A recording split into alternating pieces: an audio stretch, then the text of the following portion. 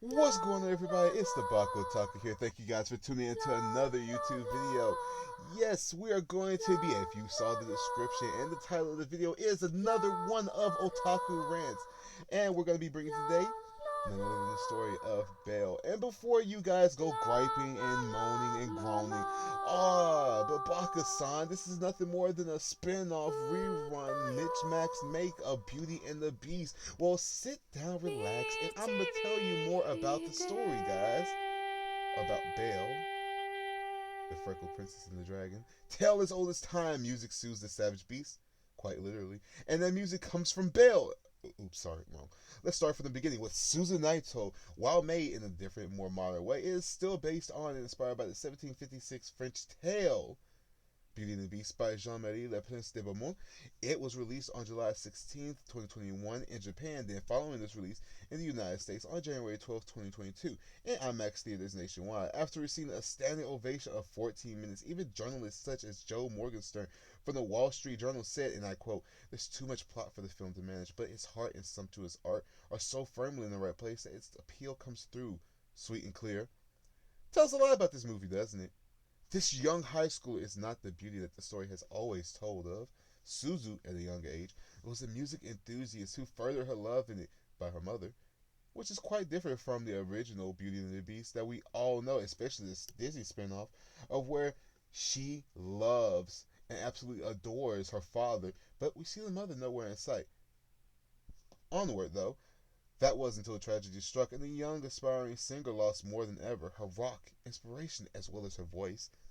Susan no longer moved forward in life, such as many things around her acquaintances, her father, who seems to ask her the same question day in and day out, with the same look on his face as well, seems to be stuck in place. Even the mug she nurtured as a child with her mother that's become chipped also stays.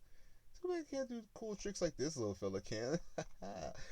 Everything that she once cared for becomes stuck in an endless loop of time. This continues on, of course, following her into her young adolescence. A trauma so great that she can no longer sing, and she begins to resent her mother for abandoning her for the life of someone else. Her only friend, Hiroko Betsuyaku, sees the negative inside of our young protagonist. And I literally mean she does. Because she uses her own insecurities against Suzu to get her to join a virtual reality world known as You. And before getting the name mixed up with the major trending show with everyone's favorite friendly neighborhood stalker and killer, Louis Joe Goldberg, give it up, folks, for him, You. I mean, You, an online society separate from reality that reveals and brings out one's inner self and allows the user of the app to become who they are. Tis be the beginning of the tale of Beauty and the Beast. After receiving the application information from her friend, Hiro-chan, Suzu becomes conflicted if she was meant to do this. In attempts to free herself before from her trauma, she went by day to day trying to sing with no fruits to bear. She even joins a choir class with older ladies of her neighborhood. She even goes as far as to compose music, but always rejects the thought because of her witnessing what happened to her mother, which, by the way, guys, would mess up a child very, very tremendously in early ages. But we're not going to go on about how badly she was injured mentally that her mother would even leave a scar such as that on her. But we can go on to say safely that she did feel abandoned in life. Her mother chose the life of someone else other than the life that she had with her own daughter. And that's what made Suzu entirely repent her mother. But before going into depth more over her choices, let's run through why she chose the path she pursues. See, Suzu has lived this way for so long that she soon feels that she is alone. With the exception of her guardian angel slash crush, Shinobu Hisatake, he watched over her, living as her mother, so to speak, all the way to the point of high school. This made her ostracized by her fellow classmates simply because she never spoke to anyone. But what can you do? Kids are being kids. But coupled with her own trauma equals a hurt individual with a detachment from social groups. Of course, there are always the mean kids. She did meet her now friend Hiroka, along with a school star student who was also the lead in her band class, popular and the beauty of her school, Ruka Watanabe. Actually, off script, why aren't we following this girl's story? She seems to be having a lot more going. continue reading the script, or you out of a job, and I mean, such is the life of the perfect pretty girl, Kyu Kokomi Teruhashi. But this is one that truly is the perfect pretty girl. I mean, she made attempts to include our severely emotionally damaged heroine in her activities, along with some more people that do come into her life. The over hyper sports fanatic Shinjiro Shikame. And if you were to put them all together, what do you get? A story of love, self-awareness, trauma, and several symbolic moments. What does it mean? What does it mean, guys? Well, I'll tell you what it means. Ones that really pull at the heartstrings, honestly. See, Suzu is the perfect pretty girl who is loved by all, but a plain girl with nothing going for her until she is introduced to you, the vastly growing social platform where anyone is anything they wish to become. Simple enough, you captures the biometric information of that person and personifies them such as that. It has more than over 5 billion downloads and it continues to grow every moment that it is on, and uses an augmented hypersense programming to give the user and the avatar their own separation of identity, furthering the acclaim another you. Like what I did? No? Okay then. But what more could you ask for? She gathers her courage to open up and no longer be that scared little girl she once was. Good for you, Suzu. After much consideration, she names herself, drumroll please, Belle! Who would have guessed? But here's the kicker. She takes the form of her classmate. No, not her. Or him. But her. Ruka Watanabe, the school's perfect pretty girl. Leave, Teruhashi. No one asked for you to appear. This is about Suzu. As I was saying, our timid heroine, Suzu, or should I say Belle, logs in and finds how wondrous that world is. The beauty found herself within this new reality where Suzu was no longer, but the spotlight shone onto Belle. Her voice returned as she performed amidst the sea of passerbys, and this is where you truly proves its worth by completely separating the trauma of Suzu's conscious mind and allowing her inner self, Belle, to be born, free from the harsh burden of her voice being the thing that she never wanted to use again. Yet, she felt what she had lost that day. She was fated, nay, she was meant to come upon this app. After her debut, Suzu has now become a single flickering star. But what's a star without her first fan? A small angel becomes her first friend, follower, and supporter on the road that she has laid for herself. Okay, so let's start our checklist. Beautiful singing girl, check. Young boy that sees the bursting light inside of our protagonist, check. It seems we're missing something. Oh well, we'll discover them soon enough, but it's not going to be as fast as how Belle was discovered overnight. That's right, Belle begins gathering stardom seemingly instantaneously after her friend Hiroko records her debut performance and edits it. She's the talk of the town, of the web, of you, actually, made to be sung in different ways to fit both the culture and the nationality that the content depicted. Belle received praise, backlash, hate, and wannabe comments, but the question that remained was, who is Belle? Suzu, filled with her once withered passion, has been rejuvenated. Concerts, performances, shows, and plenty of attention ensue for Belle's future. She appears in highlight reels and news snippets online, along with newsfeed of a seemingly ordinary family. A man caring for his 2 kids who lost their mother/wife is interviewed as well. Okay, weird, but back to our protagonist, who is beginning her second largest live show when it gets interrupted. That's what we're missing. Moody, dark, and very check.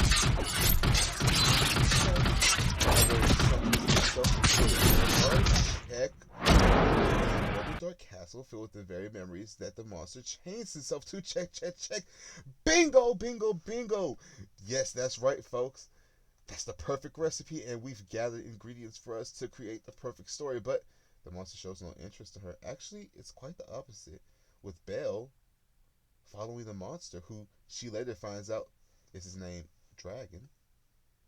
And what's more is that several streamers, along with Belle, take note of the multitude of bruises upon his back he's covered in.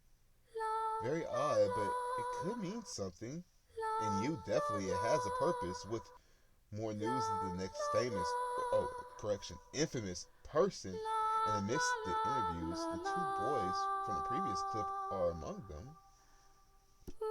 And the youngest of the two is being interviewed, and he says, and I quote, "The dragon is my hero." She is led, however, by her most devoted fan, the angel. After discovering his manner, she sees shattered glass, torn paintings, all pertaining to some woman. Dragon catches her roaming, but instead of being violent, he becomes slightly irritated. The two became closer over time as she began coming more frequently to him. But because of the visits being monitored by our own Gaston, Justin, leader of the Justices, puts both Dragon and Belle in danger. Who are the Justices, you ask? They are, in layman terms, the internet police. Boo. And how are they able to take action? Same sponsorships that allow them to bring justice and order in a world without laws or order. So much negative attention has brought people feeling indifferent about Dragon, so much that everyone wants to know the identity of him. And Justin has the tool, the Unveiler. He threatens Belle, calls together a manhunt for Dragon, and then brings about a public hanging for him. Sounds oddly familiar, doesn't it? Kind of like our least favorite pompous huntsman and talk of the village, Gaston.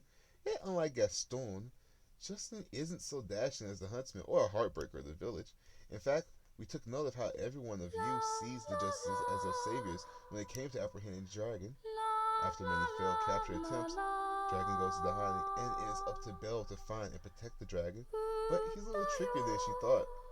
For you see, Suzu begins her search for the elusive dragon and happens across a small trail that could lead her to him. Her friend, Healer-chan, finds a clue after searching through a cluster of live streams to find a single boy alone in the room. And it's just not any boy. We find out the identity of the two boys, Tomo, the younger brother, and Kei, or better yet, Dragon. His behavior does match that of Dragon's, but what of the bruises? Where could they? That explains it all. Talk about a terrible case of child abuse, where the father shows little to no remorse for what he puts his sons through. Suzu not being able to sit then takes action by diving into you and then removes her avatar after blasting herself with Justin's Unveiler and pours her heart out to her fans, not only moving the people of you, but the very people watching all the live streams and big time supporters of their channels, no longer being held back by her insecurities or disdain for her voice that her mother supported and Susan herself neglected. But with the help of all of you, she was able to reach Kay, but not just with the people of you, but also the very people who supported her, her classmates, her guardian angel, even the old ladies that were inside of her choir classes. All of them came together to help her reach them. But with all the help, she was finally able to reach Kay, who shut her out, saying she isn't going to help like the others before her, who said they helped the younger boys from being beaten. Did I forget to mention Tomo actually has a mental disorder, which is why he doesn't react to the beatings or his speech patterns. Suzu finally makes the breakthrough that she's been longing for and tracks down the boys by using the background and the help of her friends Ruka, Shinobu, and Shinjiro.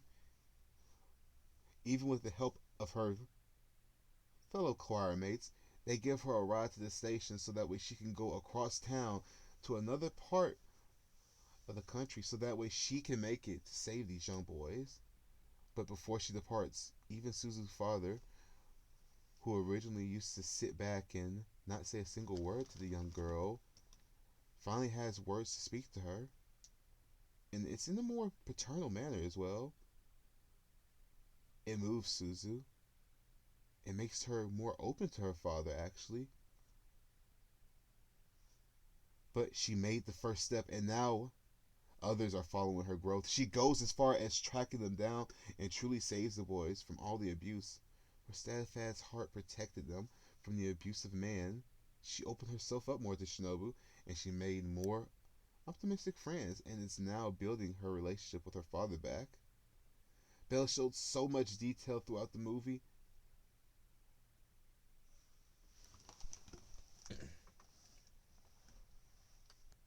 my opinion, I feel like Belle was a beautiful movie. It took so much detail, and also the artist and the author went through great lengths to depict so much stuff, even the acclaimed taboo topic of child abuse. Because you see, Belle showed so much detail throughout the movie, from the parts of showing how much a trauma can affect those suffering from it, the kinds of people that watch you and have patience for you, as well as touching more sensitive points, as I mentioned before, on how mentally you shackle yourself once you've experienced something as terrible as her, and how child abuse is common and can never show, which is why you exposes your inner self, because the inner self of Kay was the strong monster who hates everyone, yet feels the world is nothing more than a lie, which is why the bruises appeared on his back. He held the world on his back, his world being his little brother Tomo, and the bruises came from none other than the abusive monster himself, their father. But Kay, being the person he was, continued onward being strong, or trying to be stronger. He even allowed you to let off steam, but it wasn't the right way. Not for Kay, at least. But with you, it allowed him also to open up himself and become the monster he was. For you see, Tomo saw to Dragon not as the monster that everybody pointed him out to be, but he saw Dragon as his hero. He saw Kay as his hero. For you see, Dragon truly was a hero, not the villain. But for that villain, the abuse never stopped. Even when the child is unable to defend for themselves in any way. For you see, he used his own body as a shield for his brother, and that even furthers why child abuse was such a iffy topic, because not only was his brother unable mentally to do much, but it was just so much for the young boy that he had to take it upon himself. Hence why Kate, or should I say Dragon, was so strong. He needed to be for his little brother, for Tomo, just as Suzu needed to find herself and move on, allowing time around her to move forward as well. Now, with all that's been said, I feel that Belle was a beautiful movie. Not the best movie ever, I will say, far from the best, but it was a very beautiful movie. But it did get the point across very beautifully. As Joe Morgenstern said inside of his previous quote, it was very beautiful. The art style spoke, the words moved, even the songs themselves had so much depth and meaning behind them. You couldn't pass up this offer of watching the movie. I have nothing negative to say truly about this movie, other than this is a masterpiece that you should not, and I highly, highly suggest everybody, after you watch my video, to go and watch this movie. Give it a chance, because honestly, there's not a lot of movies that touch on stuff like this in the way that you would think. And if it did, it probably touched you. If it didn't, it probably still touched you in some sort of fashion, because you walk away with something from this movie. If it isn't the powerful songs that are sung from the once shaken heart of our beaten down protagonist, it's the quivering part of the antagonist, or should I say, anti-hero. Because he was never truly a villain. He was always the hero. He was just misunderstood.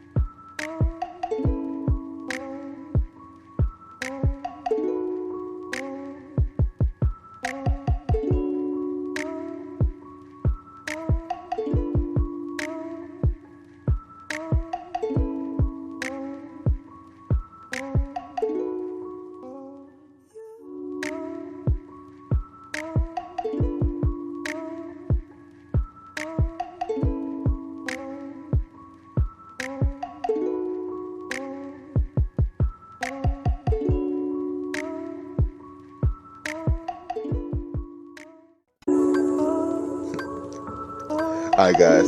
I'll catch you guys later. See you on the flip side. Sayonara.